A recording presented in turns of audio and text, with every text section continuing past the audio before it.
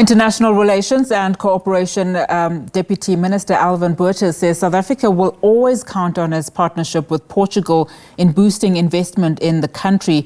Botes hosted the Portuguese Secretary of State for Foreign Affairs in Pretoria. Now, Portugal is one of the key members of the European Union and is seeking to get elected as a non-permanent member of the UN Security Council.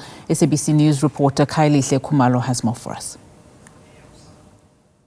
Well, certainly quite a very important day for South Africa and Portugal. As you know, that they really do have cordial relations, and Portugal is member of the EU. As you know, that's the investment, the recent announcement in terms of the investments here in South Africa in pharmaceutical and many other sectors as well. But of course, quite a lot of commonalities, and you look at multilateralism as one of the key instruments here. So I'm going to start with you, Prof. You're right here in South Africa. You were speaking about multilateralism. We know that these are very important times. Tell us about the significance of this engagement. It is very important in these times of we have such a big challenge around the world that we promote and we can make deepest our partnership with South Africa, with Africa in general, but very concretely with South Africa. Portugal, it's always looking for have this dialogue with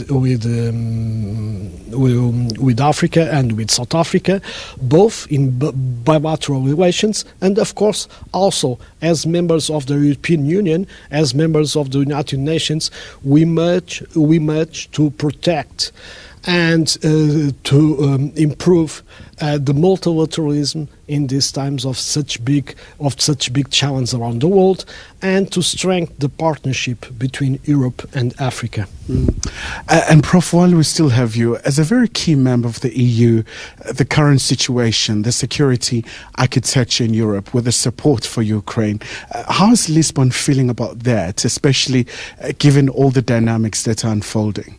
So, as you know, as members of the European Union, we have follow all the positions of the European Union. So we defend the international law, we defend the human rights in Ukraine, but we also have to give our contribution and not forget that we have this security situation in Europe, but Europe must also, in partnership with African Union and other actors, to help to bring peace also to Africa and to the African conflict. So it's important to have this partnership, to have this dialogue with such important country as South Africa, both to achieve peace in Europe and to achieve peace in Africa.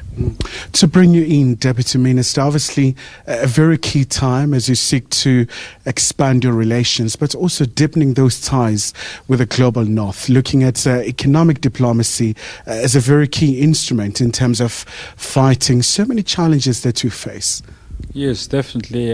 Look, we are happy that the Portuguese bilateral consultations gets to be convened a week after the very successful and highly acclaimed 8th South African EU summit, where the European Union, of which Portugal is an eminent member of the 27 bloc, have made commitments to the South African partnership in relation to 4.7 billion rand strategic investment in areas of pharmaceutical infrastructure delivery, and obviously your renewable energy. That is an important catalyst as we seek to mitigate unemployment, poverty and inequality in South Africa. Secondly, Kaya, of course, we had engagements today, continue to have engagements on peace diplomacy,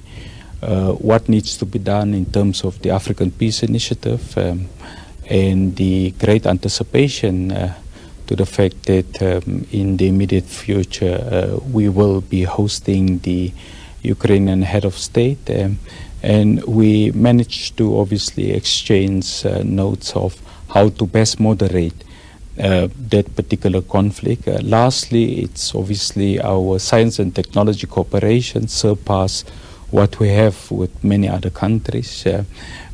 We have obviously looked at economic cooperation. How do we harness the capability, productive capability of Portugal in relation to electric vehicles, green technology? So our partnership have been deepened today on the occasions of the 8 joint bilateral consultations.